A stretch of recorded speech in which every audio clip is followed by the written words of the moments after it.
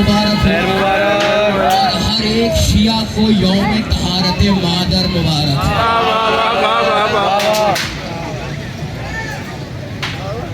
تیرہ رجب ہے. آج جشن منانے کے لیے الفاظ کی ضرورت نہیں پڑتی. بس یہ سوچ کے مسکراؤ کہ علی کے آنے پہ وہ پتھر بھی مسکرا پڑا کیا کہنے. جس کو بنت اسد نے کچھ کہا نہیں تھا، صرف عین اللہ کی ماں نے گھور کر دیکھا تھا.